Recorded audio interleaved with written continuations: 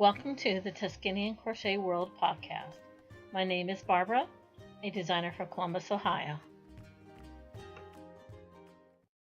Good morning, people. This is Barb. I'm coming from the Tunisian Crochet World podcast. And sorry, I haven't been here for a while.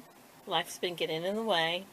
I'll start off with a little bit of life stuff and then I'll go right into the crafts. There's not a lot of Tunisian crocheting going on because a lot of it is for consignment work, and possibly for a collaboration on a book pattern collection. So you'll have to forgive me for that. I can't show you too much of that until I have permission.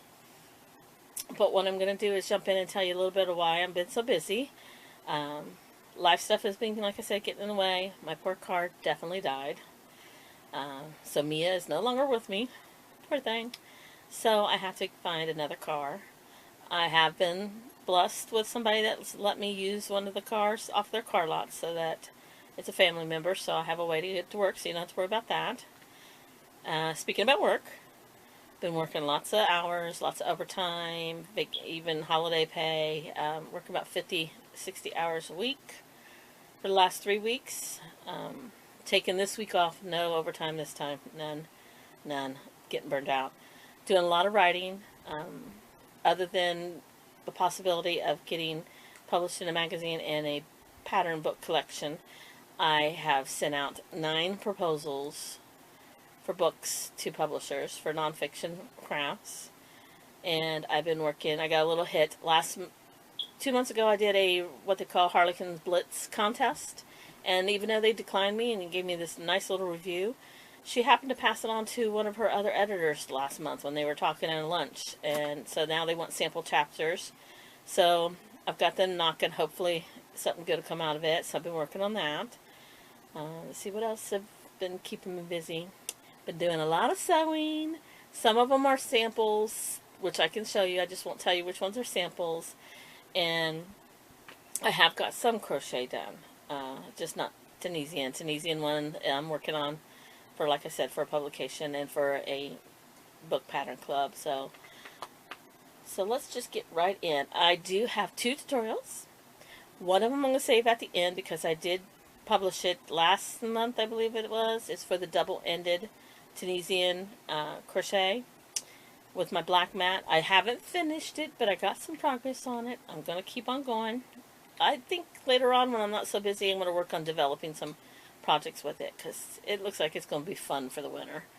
And then I did a sticking video for crochet.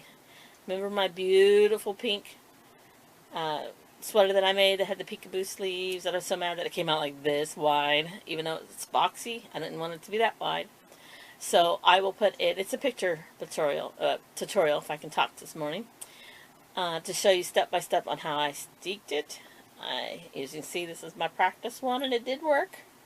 So it's reinvented into a new shape, and it fits great.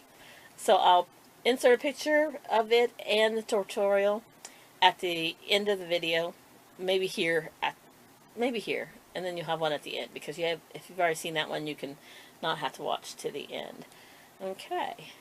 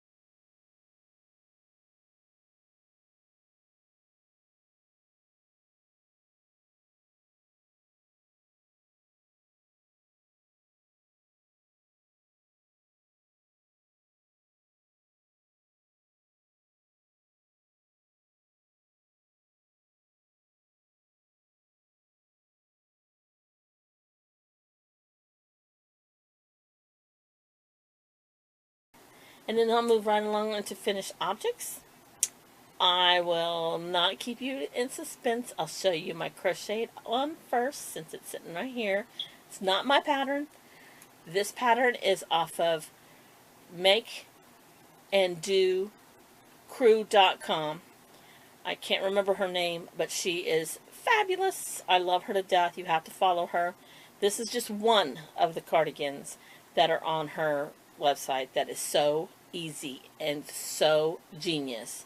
It's 2 hexagons sewed together, and then you do some cuffing. She also has a version where you do the hexagons and you do sleeves that come to here, and then you tailor this type of sleeve. She has it with pockets. She has tons of patterns where you can turn flip-flops into shoes, boots, you name it. It is awesome. And she has a knit along right now called Alchemy, which I didn't know until last night. I'm definitely going to look in that and do that sweater. But this is called the Hexagon sweater. And it is brilliant. Now hers has pockets. I adapted mine a little bit because I don't want pockets, but I want something that's nice and bulky.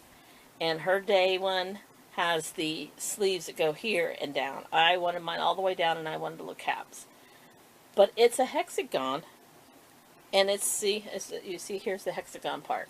It makes the sleeves 1/2 of the sweater.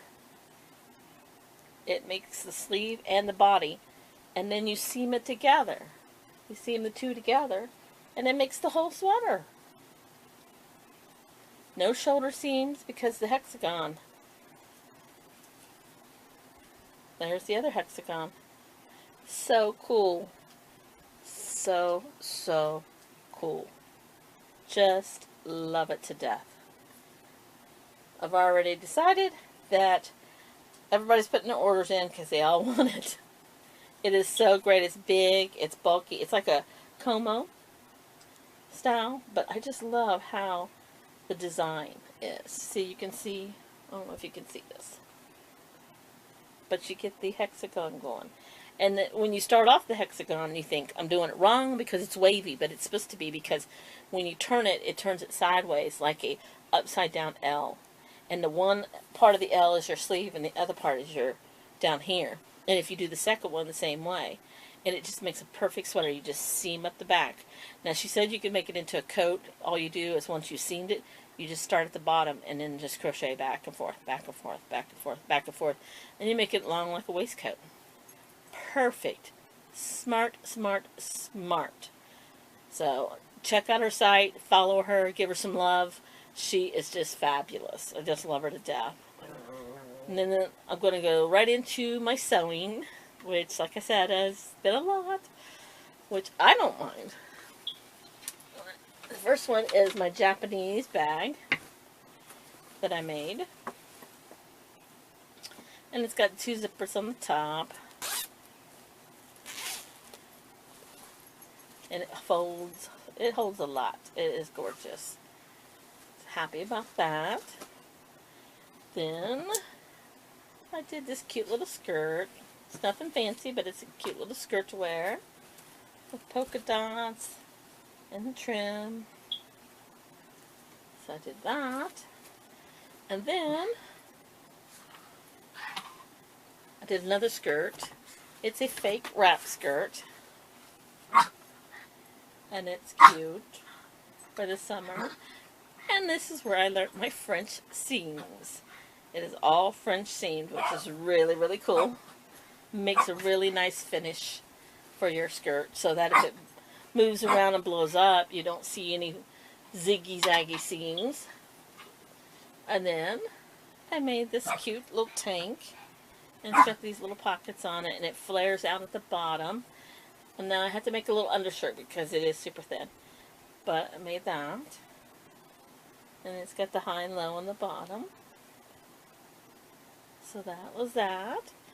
And then I did this beautiful mustard tunic.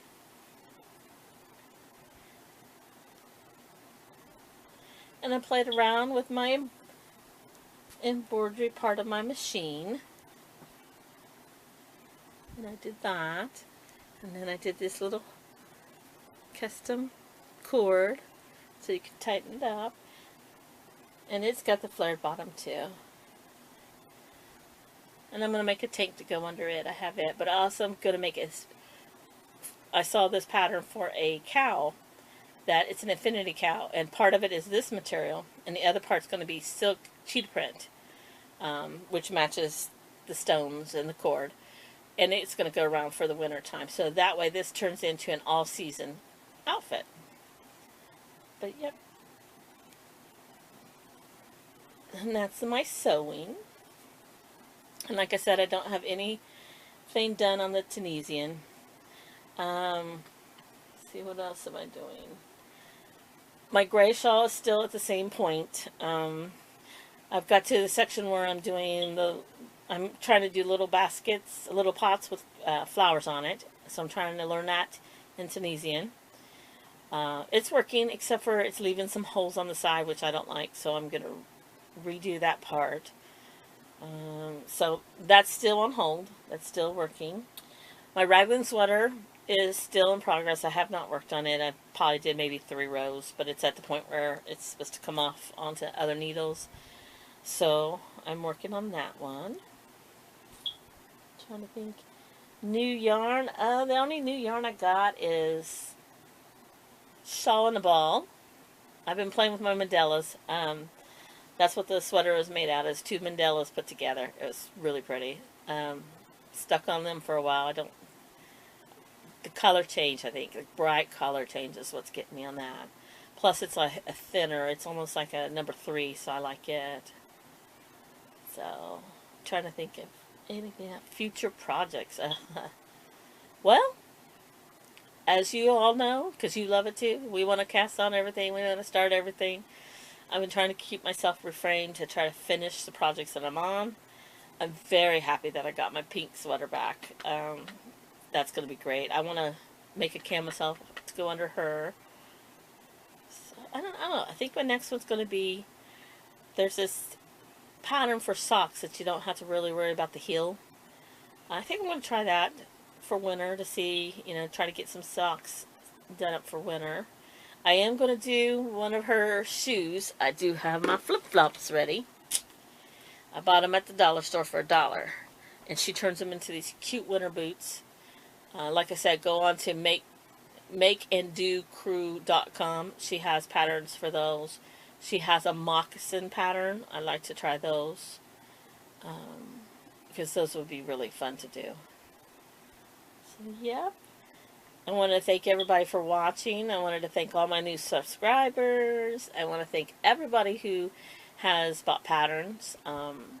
I would hope that you guys might want to go over and look at my Etsy shop. It's Blossom Bloom Yarns.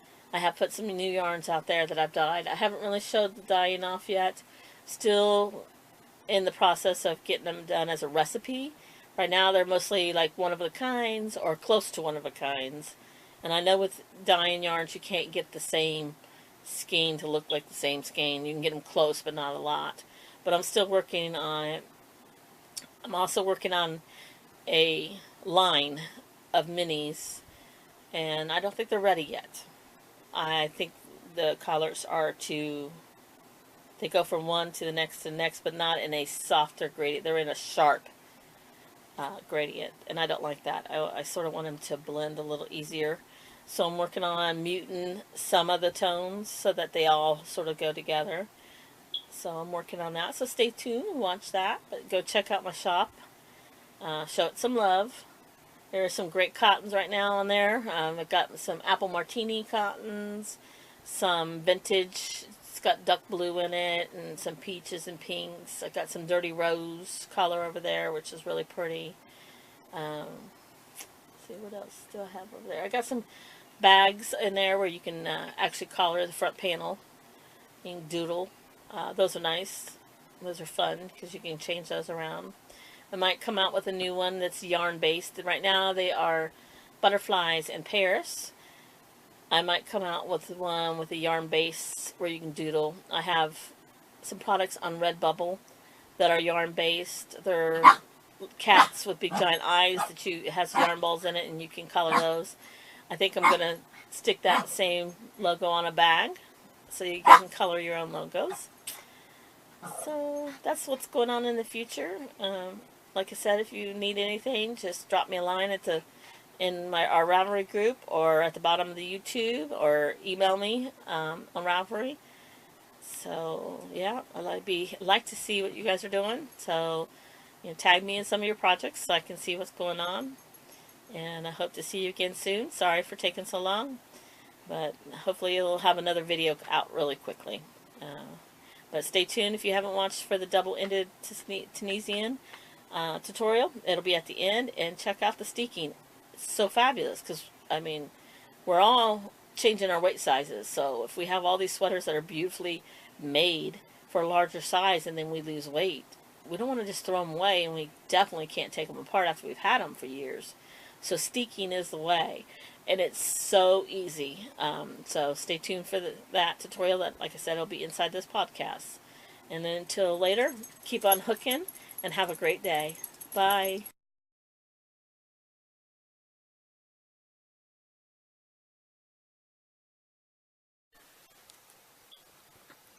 Hi everyone, it's Barb again from the Tunisian Crochet World Podcast, and I'm here today to get you started on a tutorial for double hooked. It is the brioche of Tunisian Crochet, and there's some things I need to tell you before we start. The first thing we're going to do is we're going to do a sample.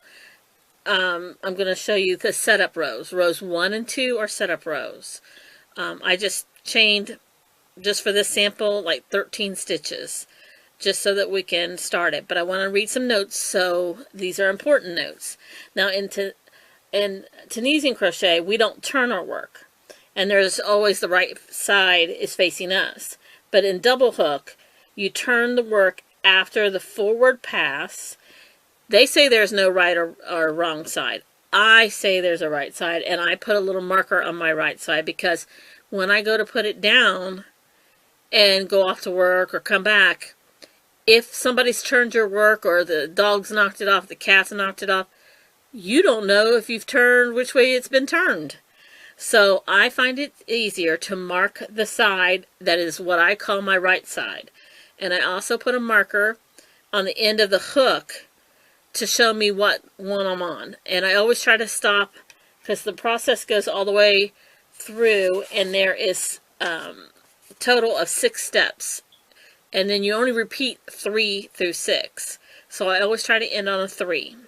Also, I would jot it down if you don't like, if you had to stop in the middle of row 4, write it on a piece of paper, row 4.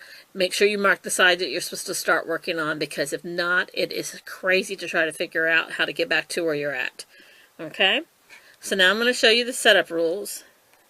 So here's the first row. We're going to chain, and like I said, this is just a sample, and then I'll show you my original work that we started off on. They want you to go in the back loops again, back in the back little humps, so that you don't have any curling. And all you're going to do is just pick it up. You're going to go into the back loop. And it's hard to see on this black, and I apologize. I told you on my podcast that black is not very easy to film. But I had a request, so I want to fulfill this for this young lady that requested it. So we're just going to go in the back little knots, and we're going to go and pick it up.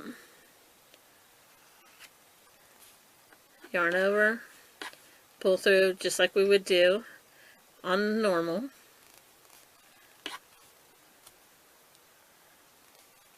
And I'm trying to record this in a different way so that I can actually physically work on it without working over top of the camera, which is sometimes a little hard, especially with this black. So hopefully you can see. I put my light at an angle like my friend told me to do, and see if that helps show you guys. And I've brought the camera in closer. Another thing they suggest is you mark your yarns. Okay, and I did a little card management, and I did this. I put down that my A is my black, my B is my white, and then I'll explain this line when we get into our next section, okay? Alright, so the first thing it says to do is to chain whatever link you want, go into your back bumps and pull up loops, okay? So that's what we did here. Now, it tells you to slide these to the opposite end of the hook. That's why you need a double-ended hook. So we slid that. Now it says turn. Now remember, 1 and 2 is set up, so you won't be repeating this. Okay. Now it wants you to take your other yarn, your B, and it wants you to hook it to this end and do your return pass. Yarn over, pull through 1, then we're going to yarn over, pull through 2. I'm hoping you can see this. Yarn over, pull through 2. All the way to the end.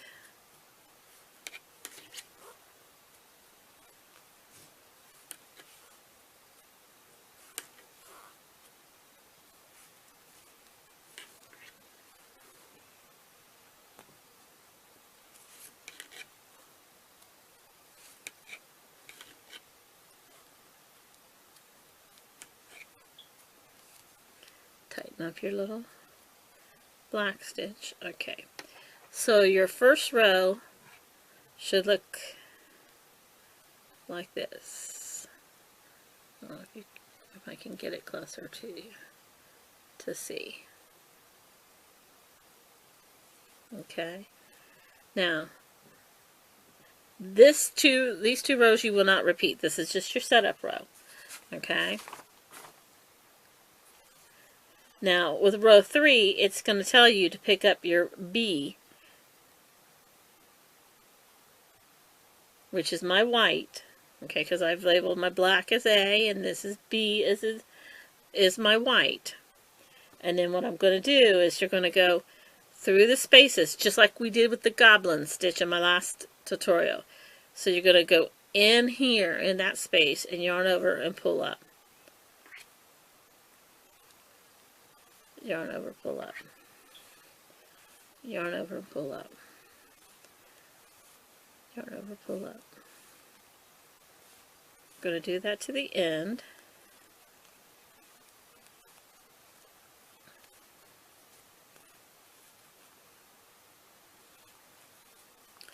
And we're not going to go into our last, where the chains thing. Remember how we usually would go into that? We're not going into that stitch. We're not going in this one. We're going into spaces. Okay. So that's what we did on that. Now, okay.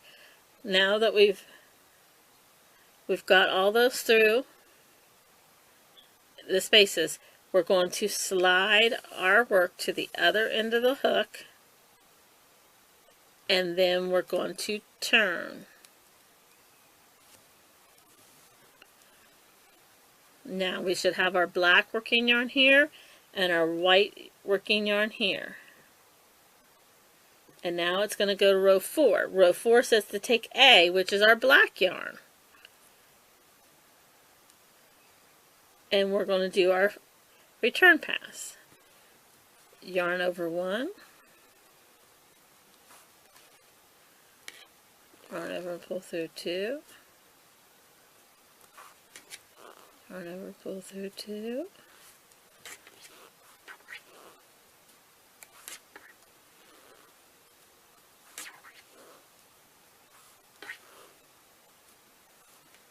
And continue that down.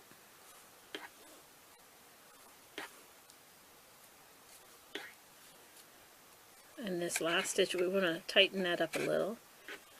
Yarn over, pull through there. Tighten our white. Okay.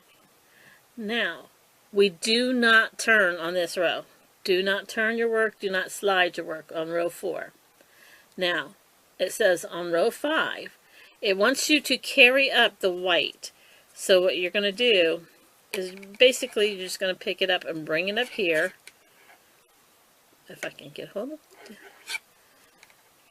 basically when you're carrying your yarn, you're just picking your yarn up and you're moving it up here, and you're going to twist it around your black just so that it carries up the side. So when you need the white, it'll be at the same height as your other working yarn is. Okay, so now it says carry B, which is your white. Now with A, we're going to pick up loops. So we're going to go back into those spaces again. We're going to go in that space, yarn over, pull up, do the same thing all the way across, down to the end, yarn over, pull up, yarn over, pull up, insert, yarn over, pull up, in the spaces between the two vertical bars.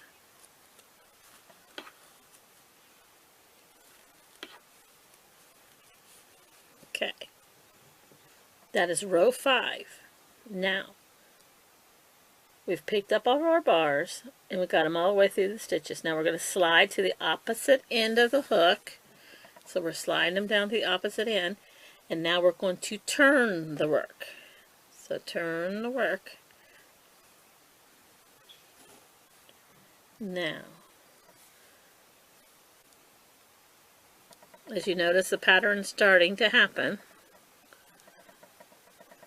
So now the next thing we're going to do is with B, which our yarn is white, which is the B, we are going to yarn over, pull through 1, yarn over and pull through 2,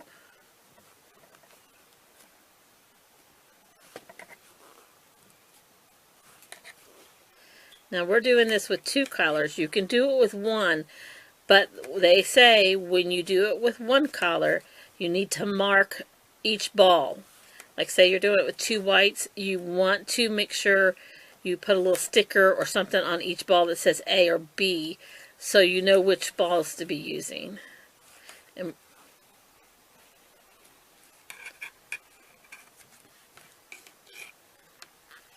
alright, we got to the end. We're going to pull up our little black and make sure it's tight, because we don't want it to be all loosey-goosey. Alrighty, so that was 6. Now, we got through there. It says in the instructions, do not turn on row 6. And then to repeat the pattern, to continue on, you go back to row 3, which tells you to pick up your white, which that's the last color we have. That's the white we're using. So now what we're going to do is we're going to go through the spaces with the white.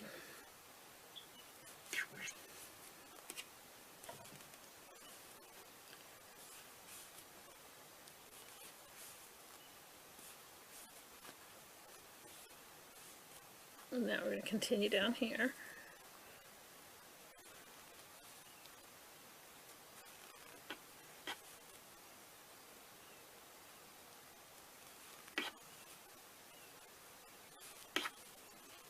Alrighty, so we just finished working row 3, and it tells us in row 3 we know that we're supposed to slide it to the other end of the hook, and we're supposed to turn our work. Now, on row 4, it says to pick up A, which is our black, and we're going to do our return pass.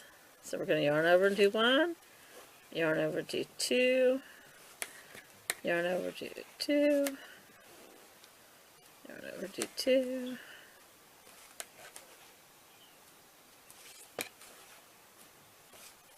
oops, almost lost that one.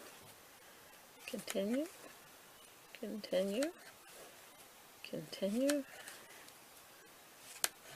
Now tighten up our 1.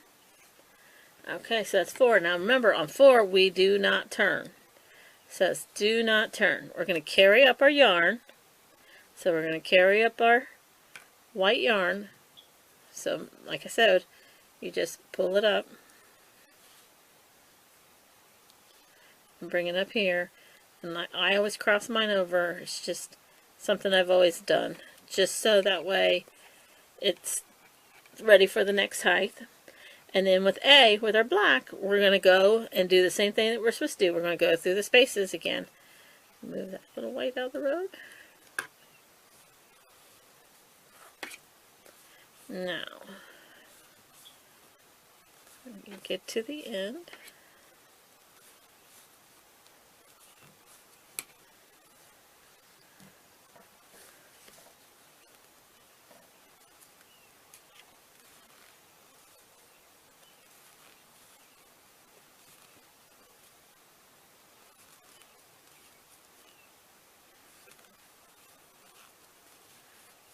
Alright.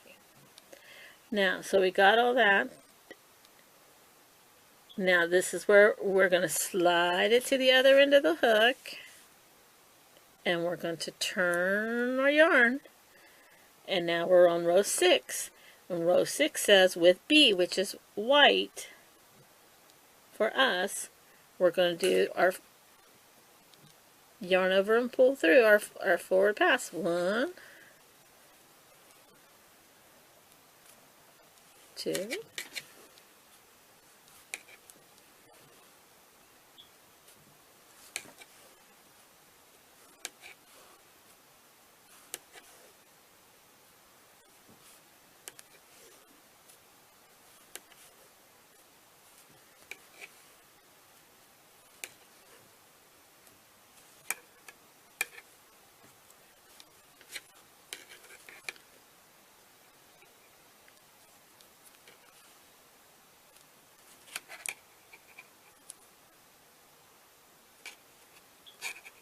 and tighten that up.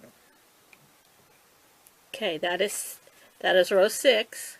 Now we're not going to turn because that's what we're not supposed to do. We're going to go back, and it says do not turn, so we're going to go back to our row 3. So that is your simple rows 3 to 6. Now if you notice something, there's all the white on this side.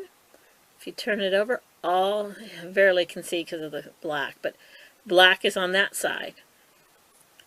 I put a little marker on the black side so that I know that that's my side, and that's what I'm going to come back to when I do 3. You can also put a note that on 3, you should always have white at the top and black here, because by accident, my precious little doggy got up and knocked over my yarn management, which is in my little bowl here. I have this little crochet bowl that I made, holds my yarns. My two yarns. Focus on the camera and show you.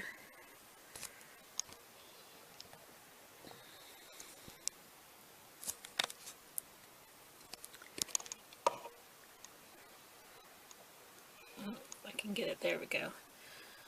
So I crocheted this cute little bowl. It's got the inside and the bottom. It's got the little hook where you can put your yarn through.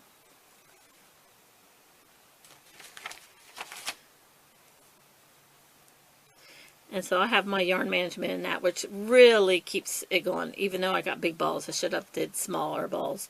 But yeah, this is called, and it's on my Ravelry page, it's called Pretty Inside and Out. And that's what I keep my yarn management in.